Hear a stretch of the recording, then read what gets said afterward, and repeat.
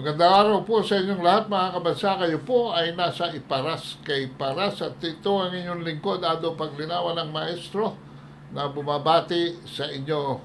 At ito ang ating sekretary. Magandang hapon po, paring Ado. At magandang hapon naman muli sa ating mga mahal na mga kababayan. At heto na naman tayo dito sa Iparas kay Paras. At tayo ay magkuro-kuro sa mga nagbabagang mga issues sa ating paligiran, sa ating bayan, sa ating mga kababayan na nakikinig at nakikiramdam sa ating programa. So, ano bang issue nating unahin, paring Ado? Ito, bago bumalik sa Pilipinas si Presidente Marcos Jr., ay sinabi niya na binigyan siya ni Presidente Biden ng isang ironclad. No? Basahin natin itong report na ito. Oo, ironclad na yung Mutual Defense Treaty daw ay talagang napakatibay ang ikangay joint support ng bawat bansa.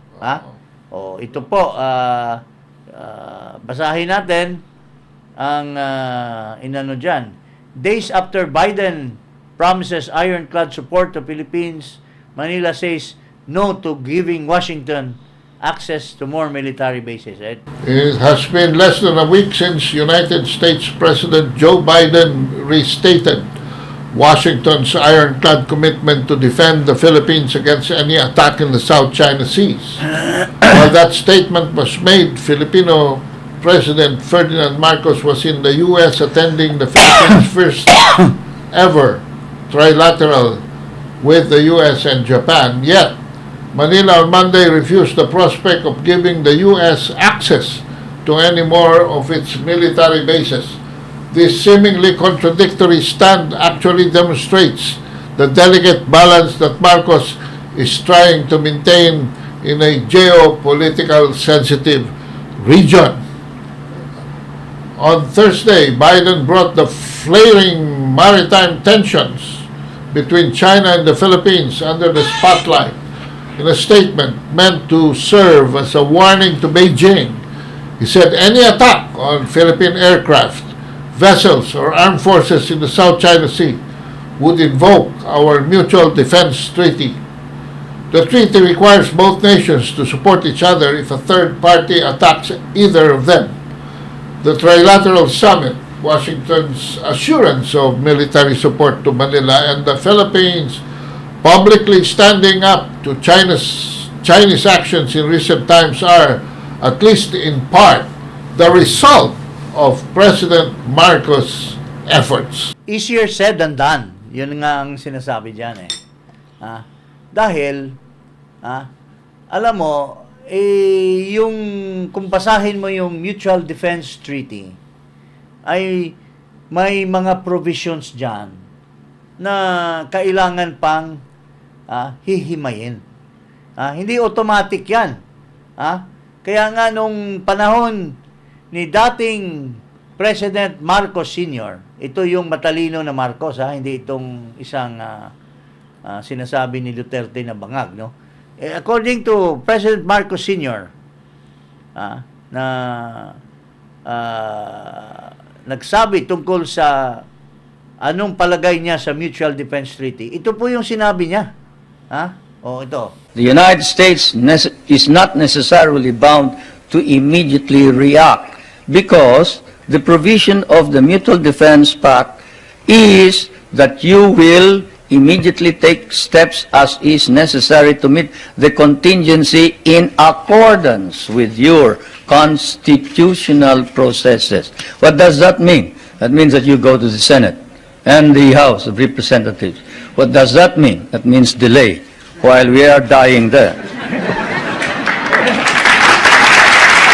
Na-notice mo ba yung tawanan at Oh. the end of the statement? No? Because the people realize that he was talking sense. That hindi siya katulad ditong anak niya na binubuladas lang at naniwala na. President Ferdinand Marcos Sr. is an astute leader. He is an astute statesman na hindi basta-basta na sasabihan ka, oh, Marcos Sr., pare, sabihan siya ni Reagan or ni Carter, pare, huwag kang mag-alala. Ironclad yung ano natin. Hindi pare, hindi ako maniwala dyan. Ako, binabasa ko yung provision. At dito sa provision na to, hindi kayo basta-bastang tumulong sa amin. I-deliberate pa ninyo sa kongreso ninyo. And that is exactly what's happening to Ukraine. That until now, Ukraine naiwan sa pansitan dahil ayaw pa na mag-appropriate ang US Congress ng pera para i-support sa Ukraine. So, ito po, kaya pinagtatawanan ni President Duterte, pinagsabihan ni President Duterte, ito si Marcos. Ito, Marcos laps off Duterte's crybaby remark against him. President Marcos says former President Rodrigo Duterte is accountable for the supposed gentleman's agreement he made with China. Marcos challenges Duterte to reveal details of the agreement, including any documents related to the deal. Hindi ko nga maintindihan, very experienced lawyer si President Duterte. Bakit walang nakasulat na kahit isang papel? Bakit walang video? Bakit di nila sinabi sa amin nung kami pumasok na sabihin meron kaming usapan? I would disagree with that idea that you enter into a secret agreement. You know, you have any agreement with another sovereign state should really be known by the people. That way, you're accountable. If it's a bad decision, you're accountable. We need to know, what did you agree to? What did you compromise? Marcos also shrugged off Duterte's recent verbal attacks against him. Duterte called Marcos a weak leader and a crybaby for revitalizing the country's ties with the U.S. The chief executive says Duterte's cheap shots have no place in important discussions. To be a crybaby, you have to cry. Did you see me cry? I don't pay any attention to that. I really don't. That means absolutely nothing to me. Nako, napaka-engot nito. Walang agreement eh. Nothing is written, but it is recorded, Mr. Marcos, because it was a dialogue, a mere dialogue between Duterte and Xi Jinping, attended by both officials of both countries, and the officials were mentioned by Duterte as Lorenzana, Anyo, I think Cayetano, Medaldea, and some others. Walang tinatago si Duterte. Walang secret. Walang secret. Ikaw kasi, lalagyan mo ng kahulugan at gagawan mo ng istorya para makabawi ka kay Duterte kasi sinasabihan ka na crybaby. Kaya nga, ang reality nga nito boils down to ayaw ni Duterte magkagera dahil nga hindi siya naniniwala. Tulad ng tatay mo, Makoy, ayaw maniwala ni Duterte na agad-agad ang Amerika ay tutulong sa atin. Malusaw muna tayo bago yan darating. And the Mutual Defense Treaty, marami yang interpretation. And in fact, during the time of President Ronald Reagan Ronald Reagan, yung dating Secretary of State si Henry Kissinger had written a memorandum to the Philippine ambassador, to the ambassador, to Manila. to the US ambassador In Manila. in Manila. Oh. And ito, nakakalap si Ado ng kopya kasi dinaclassify na ng Amerika na nagpakita na talagang matatakot tayo na girian dyan kasi wala tayong kakayahan. Now, if we are dependent sa lakas or strength ng Amerika, baka tulad ng sinabi ni President Marcos Sr., we will be all dying there while they are still contemplating kung ano bang meaning nito, ano ba interpretation nitong Mutual Defense Treaty. Paring Ado, Kasi when, pakita mo. Ha? when the Ano Philippines- sinasabi ni Kissinger? When the Philippines started occupying islands dyan, no? Panahon pa ni Nixon, 1975, may ongoing discussion dyan. No? May ongoing discussion yan. Hanggang dumating doon sa statement ni President Marcos sa Washington DC, sa National Press Club, kung si Reagan na ang presidente. So, the U.S. has been consistent in its stand. And this is a June 1975 document ng State Department in the U.S. Archives na na-retrieve namin. No? At dito, nakasaad. Very simple, no? Ito, babasahin ko na lang yung ibang mga quotes. No? In the U.S. government's view, Spratly Islands do not fall in either of the first two categories in the Mutual Defense Treaty Article 5 relating to territories. U.S. government regards the question of sovereignty over Spratlys, including Freedom Land or Kalayaan, as undetermined, and we take no position on merits of claims of various disputants.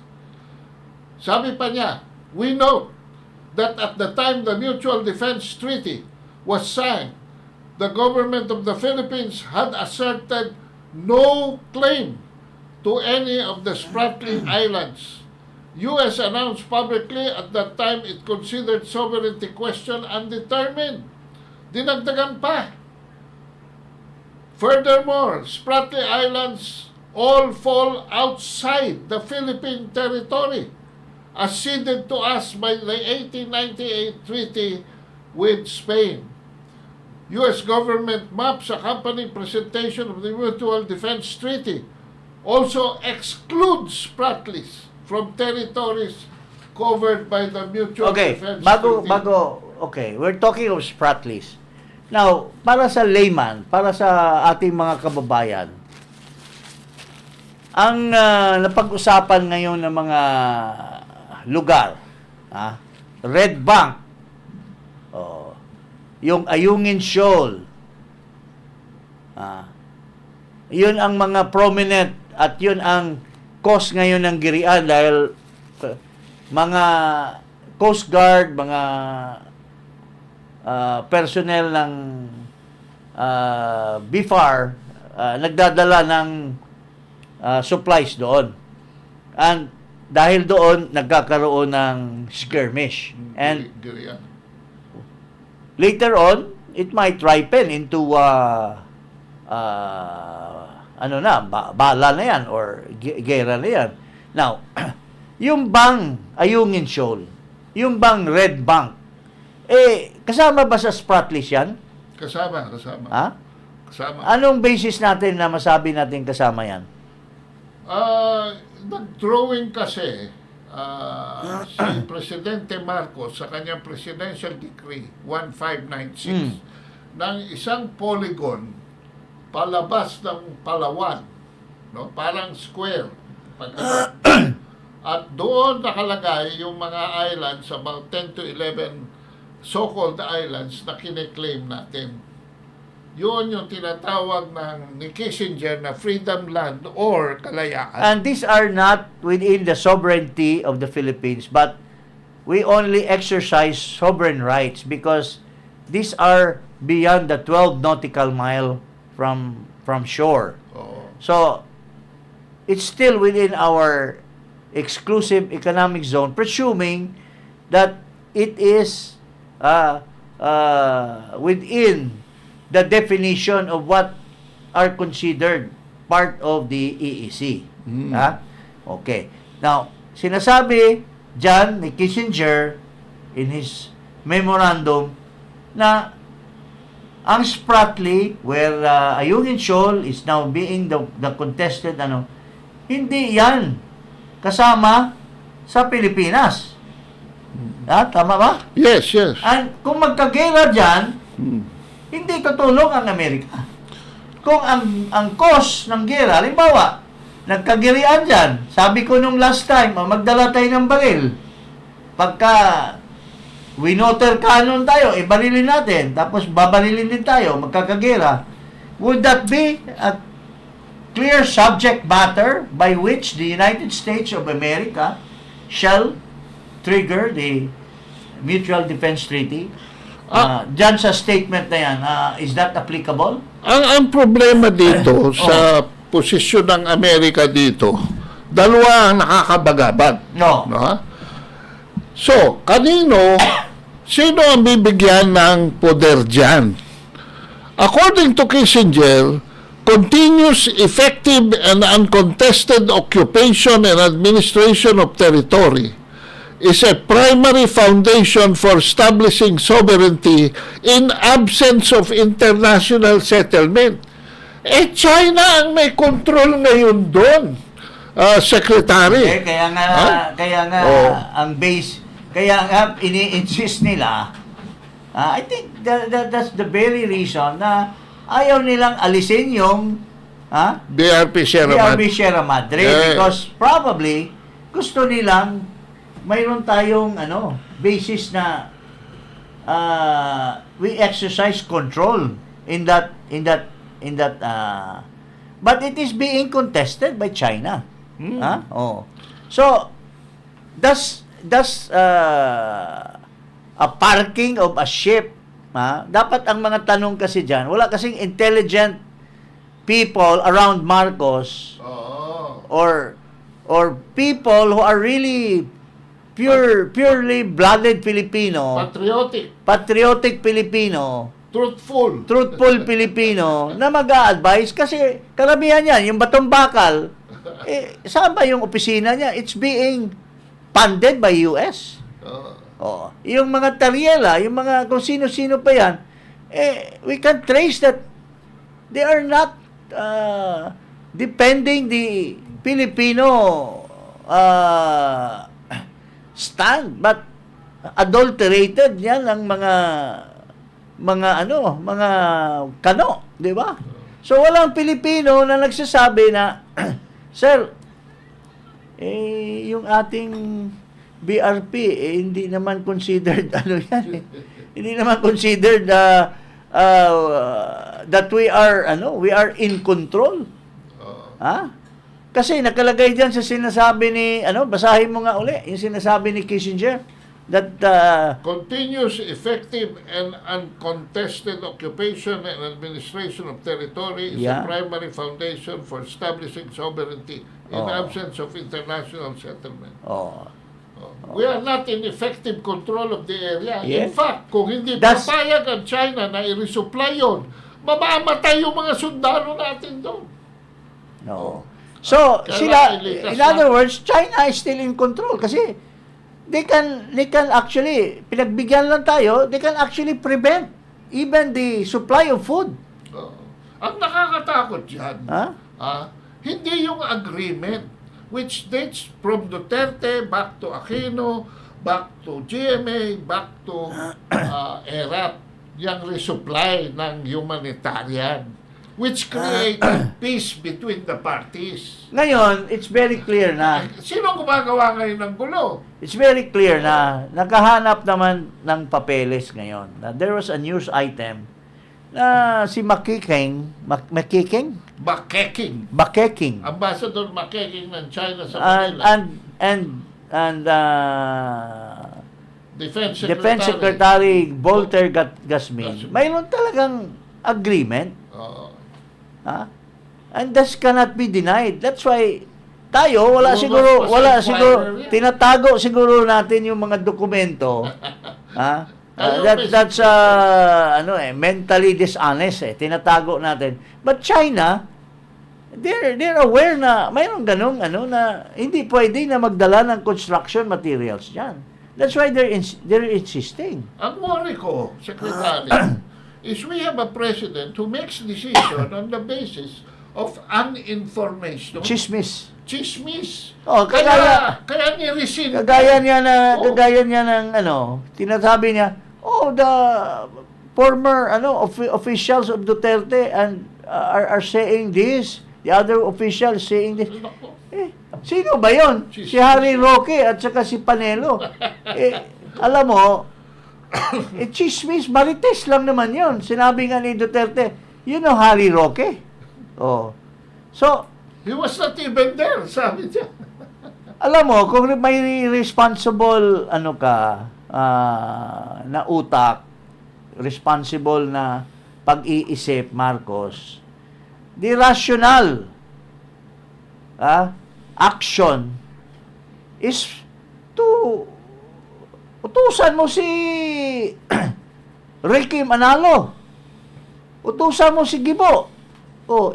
Ipa-dig up po dyan sa file sa DND yung mga gawa ni Lorenzana because he accompanied President Duterte when they had a dialogue with Xi Jinping.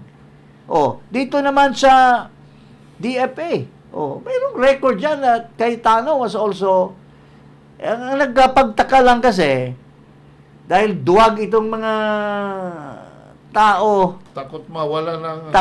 Takot ngayon. Dati, silang binigyan ng responsibility ni Duterte. Pero ngayon, ayaw magsalita. Yung iba, nagsisip-sip na, nag-change na ng loyalty. Walang gustong magsabi or mag-enlighten what happened. They just keep quiet. And yet, during the time of Duterte, when they were officials, they were getting a lot of benefits from Duterte. They were fleecing Duterte. Mayroon isa dyan ang laking pork barrel na kinita dyan. Ayaw magsalita. Ang kinatatakot ko kasi dito, sumasandal sila dyan sa mga ironclad, yung Mutual Defense Treaty. These are all, kung ano pa yan palamuti lang yan, mga statement na yan, ironclad na yan. Pero may nakakatakot dito. Basahin mo pa yung ibang sinasabi ni... Now, we challenge them to look at this document. And, okay, sabihin nila, fake naman yan, fake news yan. These are official records. You can look at this in the archives of the Pentagon. Pentagon ba yan? Or sa State Department? Basahin ko. Okay, sige. Ito nakakatakot. Sabi ni Kissinger, as a practical matter, we see precious little chance Congress or American people would support U.S. intervention in the Spratly Islands. If the Philippine garrisons were ever attacked, it seems to be less politically harmful to deny our obligations on legal grounds than to leave unfulfilled an acknowledged commitment. Can you imagine? Bibitawan tayo sa ere. Can you imagine? Naisip na pala nila yan kung paano sila umiwas. Kasi, alam mo, mga kababayan, kayo dyan, Gibo, ikaw, Anyo, ikaw, Marcos, sana po, pakinggan nyo itong sinasabi namin. Based dito sa sinasabi ni Put this under advisement because this is for the country. Henry Kissinger. Sinasabi niya na mas advantageous sa kanila na hindi totoo pa rin ang MDT. Ha? Kung pwede silang umiwas, they will get away from it. Oh, yan ba ni-research nyo ba? Kasi alam mo, ganito lang rin yan eh. It's very analogous, Ado. Sinasabi ni Duterte ni Marcos, si Duterte hindi yan valid yung mga pinaggagawa niya. Hindi yan valid yung sinasabi niyang agreement. Wala tayong diyan, walang approval, walang ganito. Ikaw, tatanungin kita, nakikipag-agreement ka rin kay Biden. Sinasabi ni Biden ironclad. Support. Yung bang dinaldal ni Biden, you really think that's also binding? Walang US Congress? Sinasabi ng tatay mo, Marcos, na we are all dying while Congress is deliberating. Oh. So, sabi, binubola siya ni Biden eh. Ganyan. Ferdy, don't worry. Bulbusin natin yan, China. We have an ironclad treaty, agreement. Oh. Pero sinasabi ni Kissinger, yung totoo, na that is the proper understanding of the State Department, that kung tuusin, pwede silang umiwas. Why is it like that? Because between the Philippines and China, maski pinapalabas nilang magkalaban ang US at saka China, saan ba papalong ang US? Saan ba papaling, paring Ado? Ilan ba ang business ng Amerika at saka Philippines versus China and America? Willing ba para lang sa atin? Do you really think that the United States will abandon their investment, their commitment in China just to support the Philippines? Kaya tama yung sinasabi ni Henry Kissinger that if there is a way that we can go around our commitment under the Mutual Defense Treaty, we will do it. Pero itong mga loko-loko, yung mga is it all Gullible. Itong mga gullible, or is it safe to say na mga kumag? Itong mga kumag, hindi pinag-aralan yung mga consequences, at saka hindi nila tinatansya, mga kababayan, kung talaga bang magdi-deliver ba talaga ang United States? Noong dumalaw si Albert de Rosario nung panahon ni Noynoy Aquino noong June 2011. No? Dumalaw sa US. Pumunta sa US para makipag-meeting kay Clinton. Okay. Hillary Clinton na ito, Hillary, State panahon na ito ni Secretary. Obama. Tinanong niya, ito ang sagot ni Clinton. We don't, as the United States, take a position on the competing sovereignty claims over land features. And as the Secretary said, there is a customary international law. There is the law of the seas. What is theirs is theirs.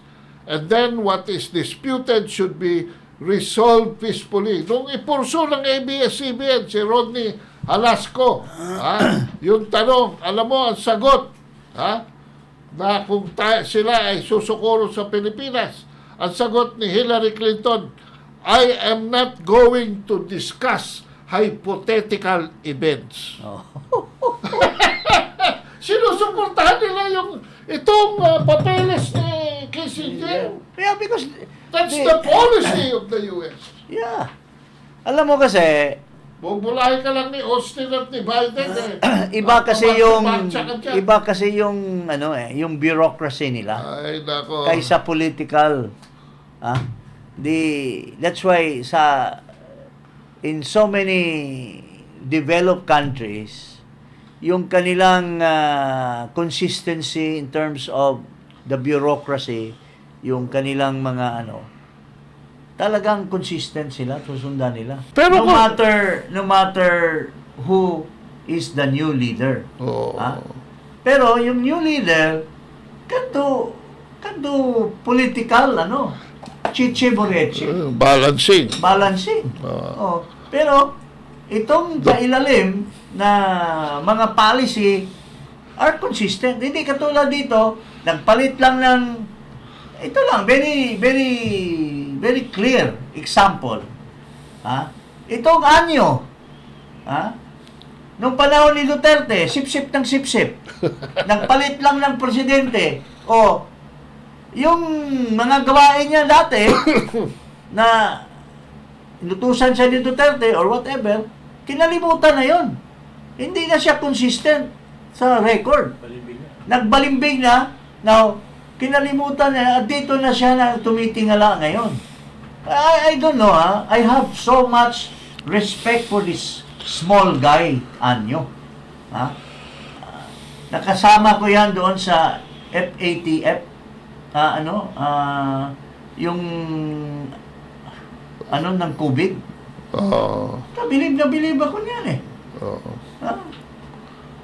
Kasi matalino naman eh. Pero yung ngayon, hindi niya ginagamit yung katalinuhan niya dahil he is overwhelmed by his quest to acquire a bigger position. Yung IATF, yung IATF. Interagency Task Force. Kasama kami. Kaya lang naiwan ako doon dahil nagka-COVID dito 2 beses. Well, I don't know, sir. Sir Ed. Idol po kita dati. Sinasabi ko sa mga friends ko, magaling si Ed. Pero ngayon, nawala na lahat po yung respeto ko kasi iniwanan mo sa ere yung magandang relasyon nyo ni Duterte. Tumataliwas ka. Ngayon, inaakusa mo pa si Bebot Alvarez na inciting to sedition. Ano ka ba? Paano naman naging inciting to sedition? Bakit? Pag nagsabi ba ang isang military na I am withdrawing my support to the commander-in-chief, why isn't he entitled? He lost confidence in the guy. Is that inciting to sedition? Kung magsabi si Alvarez ngayon, ay, kayo, you should withdraw your support. Kasi, he is accused of using drugs. And he is denying that without any basis. Kasi ayaw niyang drug test. Don't you consider that a violation of our national security? Ang panganga ating Pangulo. Kaya nga, these are things, just because may paniwala ka na ayaw ko na ito, tao na ito. Bakit? Are we forced to support? As long as wala kang ginagawang overt action. Because support is internal eh. Support is, Tsaka salita lang yan eh. Freedom of speech. Freedom of speech yan eh. Bakit nyo? Ito din si Gibo, oh. Ano ba yung sinasabi ni Gibo? Pakita nga natin ito. Ewan ko nga, ito rin si Gibo. Matino naman ito during the GMA's time eh. Sometimes kasi nayayanig yung mga utak nitong mga tao na ito kasi tatalo ito sa eleksyon eh. Ito, pag basahin mo. Press statement. The AFP is standing steadfast in upholding the Constitution under the leadership of the Commander-in-Chief President Ferdinand R. Marcos Jr.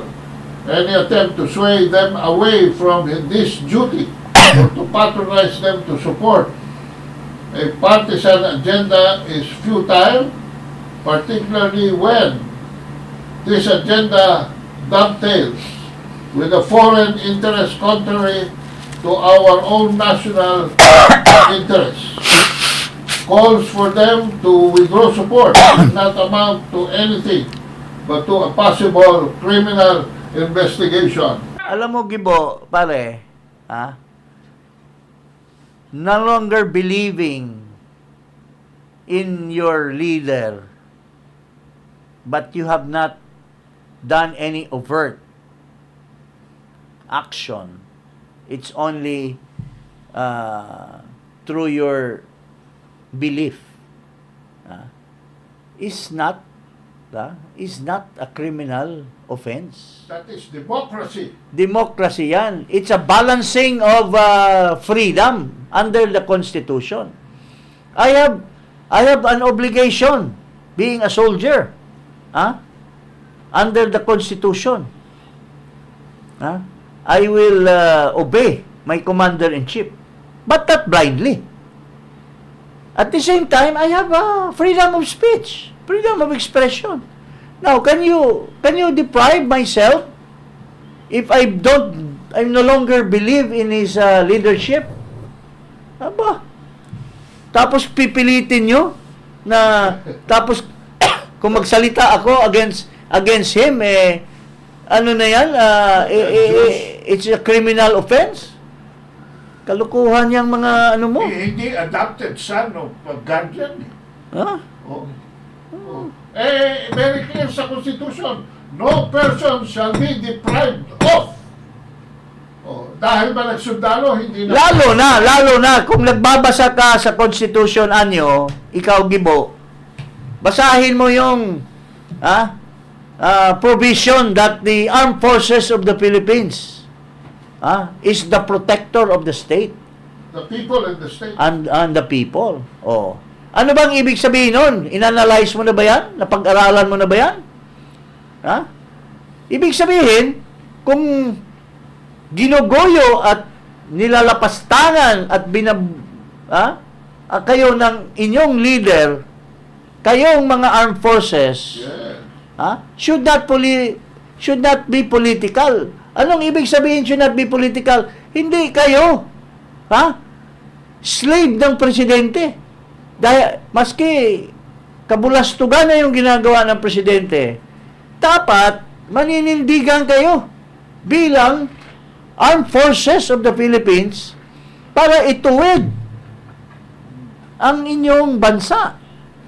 That is exactly the meaning of the provision in the Constitution that the armed forces is the protector of the people and the state. Naging Genesis kasi. Hindi yung blind following na gusto nyong ipagawa dyan sa mga sundalo. Tatakutin niyo yung mga sundalo na, ganito, ganyan. Bakit? Wala ba yung freedom of expression just because they become soldiers? They can no longer, You're not supposed to obey illegal orders. The president is not the absolute sovereign of the country. The people is the absolute sovereign of the country. Kung ang tao, Delegative sovereignty lang yan, delegated sovereignty lang yan by election. Yung hawak ni Marcos. Kaya tama yung sinasabi ni Bebot Alvarez na kayong mga sundalo, kung feeling nyo na wala na kayong tiwala, withdraw your support. Well, it does not mean that if you withdraw your support, that's only internal That does not mean that you will overthrow him. Hindi. I mean, wala na akong tiwala sa iyo. Pero that does not mean I will not still do my job being an officer and a gentleman of this government. Paano yung 67% who has lost trust on this president? Kaya nga, yun. Kulong nyo? 67%. Okay. Dito sa survey ngayon, mga kababayan, yung SWS, 33% na lang yung may trust sa kay Marcos. 44% yung naniniwala sa kanyang performance? Performance approval rate. Approval, Okay. So, 44 versus 100, ilan yan? 66. 56. Yung sa 33, ilan? 67. So, 56 at saka 67, that's majority of the Filipinos.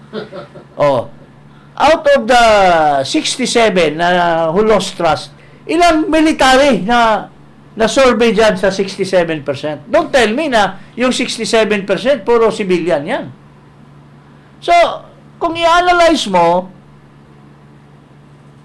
yung sinabi nilang wala na kaming trust dyan, Ilang sundalo yon. So, ibig sabihin, nagkasala na yung mga sundalo na who have lost trust.